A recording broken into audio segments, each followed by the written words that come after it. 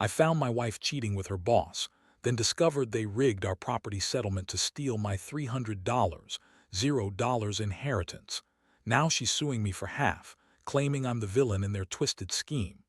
I never thought I'd wake up one day and find out that my wife, Lisa, was cheating on me with her boss, Mark. Honestly, I thought we had a good thing going. We'd been married for 8 years, and up until recently, I believed we were solid. But then little things started to change, small at first, like her being oddly distant or canceling plans last minute. I brushed it off as work stress or her just being busy, but deep down, I had this nagging feeling that something was off.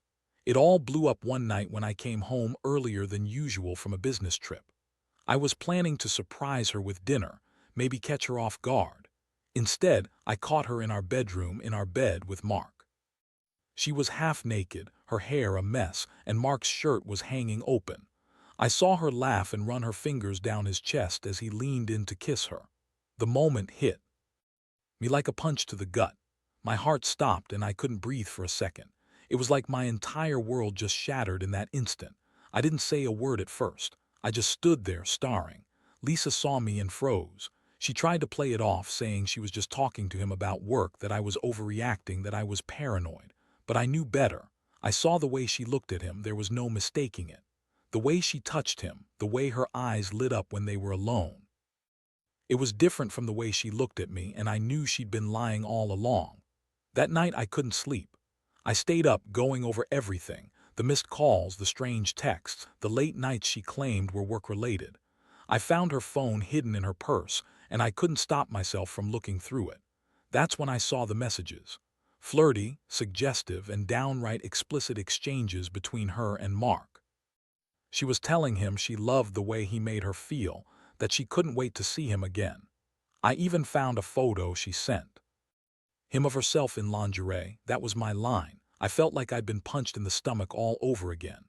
The next morning I confronted her. I was furious, hurt, and betrayed all at once. I told her I knew everything. Her face turned white, then red with anger. She spat at me, calling me paranoid, insecure, and accusing me of spying on her. She claimed it was just a meaningless fling, that Mark was just a bad influence she was trying to get rid of. But I didn't buy it. Nothing about her behavior that night or her texts made it seem like nothing.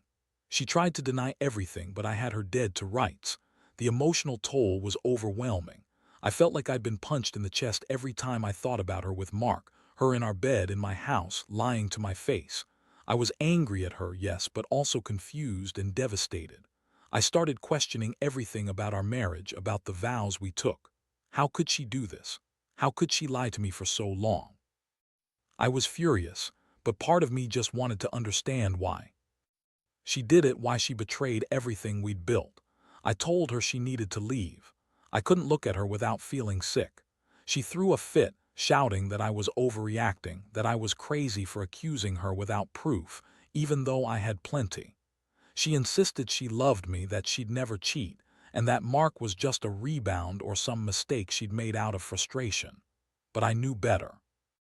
I knew this wasn't some mistake. It was a betrayal that cut deep, and I wasn't going to pretend everything was okay anymore.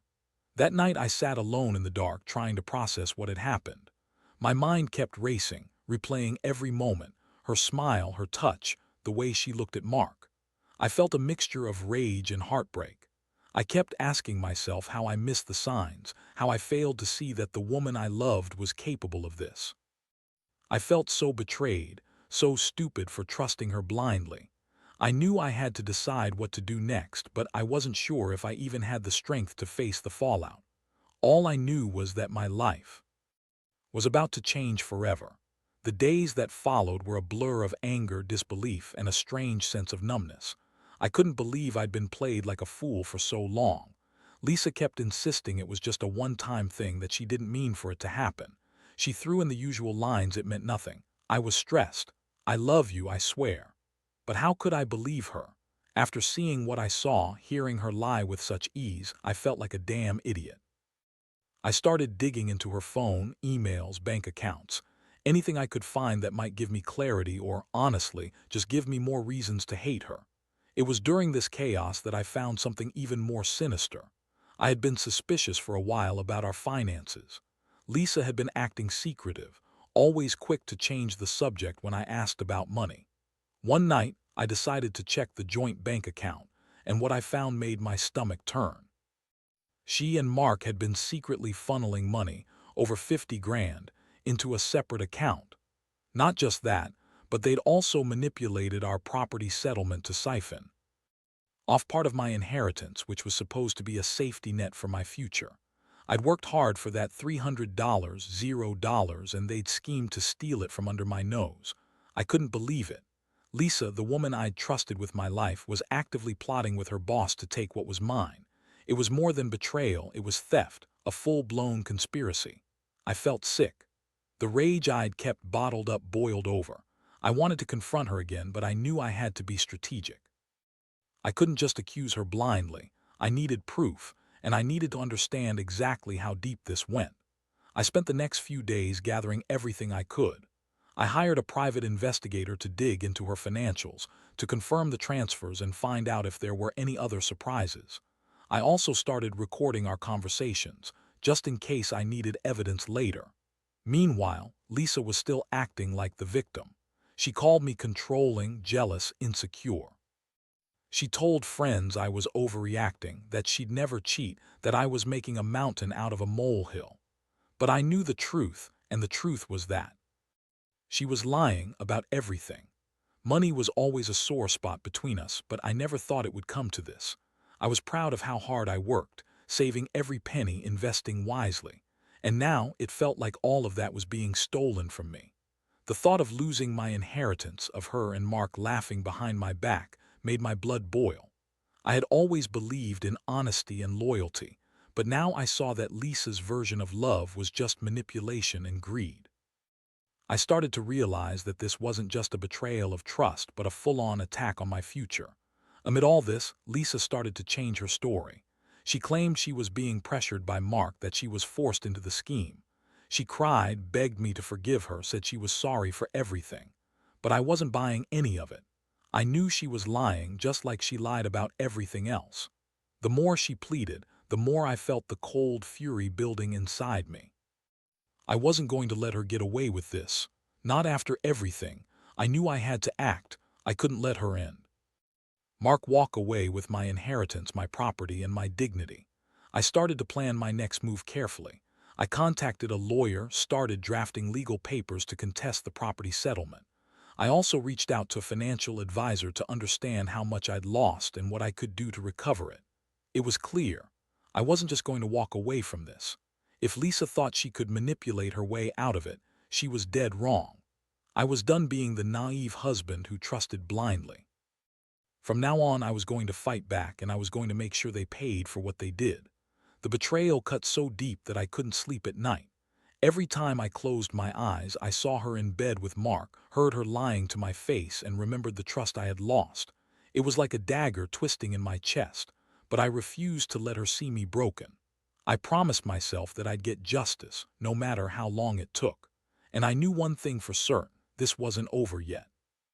After I had gathered enough evidence and started to get my legal ducks in a row, I realized I couldn't just sit around waiting for the storm to pass. I had to act fast, especially with her trying to spin everything in her favor. Lisa, of course, kept up her act, playing the victim, crying to her friends that I was controlling and paranoid. She even started a smear campaign, claiming I was unstable, that I was trying to ruin her reputation. But I didn't care about her lies anymore. I had concrete proof of her schemes, and I was determined to see this through. One afternoon, I sat across from my lawyer, Mark, a sharp guy who knew all the ins and outs of property law and financial fraud. I handed him everything I'd found: bank statements, emails, the recorded conversations, even the fake documents Lisa and Mark had tried to forge to cover their tracks. Mark looked over everything carefully, then leaned back in his chair and said, "This isn't just infidelity, it's criminal. They've committed fraud, and we can fight to recover your inheritance and get the property settlement overturned." Hearing that gave me a strange mix of relief and anger. Relief because I finally had a way to fight back, and anger because I'd been so blind, so trusting, that I'd let her manipulate me like this. I kept thinking about how she'd lied to my face, how she'd used me as a pawn in her greed. It fueled my resolve to take everything back from her and Mark. Meanwhile, I started to plan the next steps. I scheduled a meeting with the financial institution to freeze any suspicious accounts linked to Lisa and Mark. I also reached out to a forensic accountant who promised to trace every dollar that had been diverted. The more I dug, the clearer it became that their scheme was more extensive than I initially thought. They'd been laundering money, hiding assets, and even trying to forge documents to make it look like I was the one responsible for the financial mess. The level of betrayal was staggering. One night, Lisa called me, her voice trembling. She begged me to drop the lawsuit, to just forget everything and move on. She claimed she was sorry, that she loved me, and that Mark was just a mistake. I listened to her, feeling cold and distant. I told her I'd heard enough. I told her that her tears and apologies meant nothing now, that I knew what she'd done and I wasn't going to let her get away with it. I told her that I was going to fight for what was mine and that her lies wouldn't save her. It was then that I decided to confront her directly. I scheduled a meeting at her office, an awkward, tense exchange. I wanted her to see that I wasn't backing down. When I arrived, she looked nervous, her usual bitchy attitude replaced with a fragile veneer of remorse. I laid out everything I'd uncovered, showing her the evidence, the bank statements, the recordings. Her face went pale. She tried to deny everything, but I cut her off. I told her I was done trusting her, that I was going to take her to court, and that she'd pay for what she'd done. That confrontation marked a turning point. I could see her realizing that her game was up, that her lies wouldn't hold. For the first time, I felt a flicker of power after months of feeling shattered. I knew I had a long fight ahead, but I also knew I wasn't going to let her or Mark destroy what I'd worked so hard to build. The betrayal had been gut-wrenching, but it also ignited a fire in me to reclaim my life, my money, and my dignity. I was done being the victim. I was going to be the one who fought back, no matter what it took. In the weeks that followed, everything moved so fast it felt like I was caught in a whirlwind. The legal process kicked into high gear, and I could see that Lisa was starting to panic. Her once bitchy, dismissive attitude was replaced with frantic attempts to manipulate the situation. She kept calling me, begging me to settle, promising she'd pay back everything she stole, even crying that she'd ruin herself if it meant saving her reputation. But I wasn't buying any of it anymore. I'd seen her true colors, and I knew she'd lie her way out of anything if it suited her. My lawyer filed the paperwork to contest the property settlement and to recover the stolen inheritance. We also started the process of freezing her assets and investigating every account she'd used to funnel money into Mark's hands. Meanwhile, I hired a forensic accountant who traced every dollar, revealing how deep the rabbit hole went, millions in total diverted, hidden in offshore accounts, shell companies, and untraceable cash transactions. Lisa's face was a mask of panic when she learned I was closing in on her. One day, I found myself at the courthouse, staring at the pile of documents I'd helped prepare. I felt a strange mix of anger and relief, knowing I was finally taking control. But beneath that, there was a heavy sadness, over everything I'd lost, over how Lisa had betrayed everything we'd built. I kept thinking about the inheritance, about the future I'd envisioned, now shattered by her greed and lies. It was a brutal wake-up call, but I knew I'd come out of this stronger. Lisa's lawyer tried to negotiate, offering settlements and apologies, but I refused. I wanted full justice, recovery of my money, the property, and her reputation. I made it clear I wasn't settling for anything less. Every day I prepared for the court hearings, gathering more evidence, making sure every detail was airtight. I knew I couldn't trust her anymore, and I wanted her to pay for what she'd done. The more I fought, the more I realized that this was just about money. It was about my dignity, my self-respect, and reclaiming control of my life. Meanwhile, Lisa's attitude kept shifting.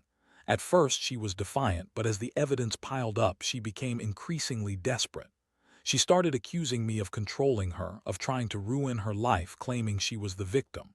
Her lies grew more absurd. She said Mark was just a good friend, that she never meant for it to get this far. but I knew better. I'd seen the texts, the emails, the financial records. There was no denying her betrayal. She was caught in her own web of lies, and I was the one pulling the threads. I felt a strange sense of clarity during this chaos. I realized how much I'd been blind, how I'd trusted her blindly for years. Now I saw her for what she really was, a manipulative, greedy woman who'd thrown everything away for a quick, reckless thrill. It hurt, but at the same time it freed me. I no longer felt like I was fighting to save a marriage. I was fighting to save myself from her treachery. I decided I'd do whatever it took to get justice, even if it meant losing her forever. I had to rebuild, to recover what was mine, and to learn a hard lesson about trust and betrayal in the process. By the time the court date arrived, I felt like I'd already won a battle, even if the war was far from over. The courtroom was tense, full of lawyers, and Lisa sat there with her eyes darting around, looking more panicked than ever. She kept trying to spin her story, claiming she was under Mark's influence, that she had no idea about the extent of his schemes, and that her actions were out of character. But I had the evidence, screenshots, bank statements, witness testimonies, and I knew the truth was on my side. The judge listened carefully as my lawyer laid out the case, emphasizing the fraudulent transfers, the forged documents, and Lisa's direct involvement in the scheme to steal my inheritance. We presented the recordings, the financial trail, and the expert testimony. Lisa's lawyer tried to argue that she was coerced, that she was a victim of Mark's manipulation, but the judge wasn't buying it. The evidence was overwhelming. When it was my turn to speak, I felt a surge of emotion. I told the court how I'd trusted her, how I'd worked tirelessly to build a life with her, only to be betrayed by her greed and lies. I explained how she'd schemed with Mark to steal my money, how she'd lied to my face, and how her actions had shattered my sense of security. I asked the court to recover the stolen inheritance, to dissolve the fraudulent property settlement, and to hold her accountable for her actions. The judge's ruling was swift. She ordered Lisa to return the full amount of my inheritance, plus interest, and to pay damages for the fraudulent transfer. The property settlement was declared null, and I was awarded full custody of the assets I'd fought so hard to protect. I felt a strange mixture of relief and emptiness. Relief because I finally had justice, but emptiness because I'd lost the woman I once loved. Lisa broke down crying as the verdict was read, claiming she was sorry, begging for forgiveness, trying to manipulate the judge the way she'd tried to manipulate me. But it was too late. The damage was done. She was ordered to pay restitution, and the court made it clear that her actions were criminal, not just a betrayal of marriage, but outright theft and fraud. In the aftermath, I felt like I was waking up from a nightmare. I had lost my trust, my inheritance, and the woman I thought I knew.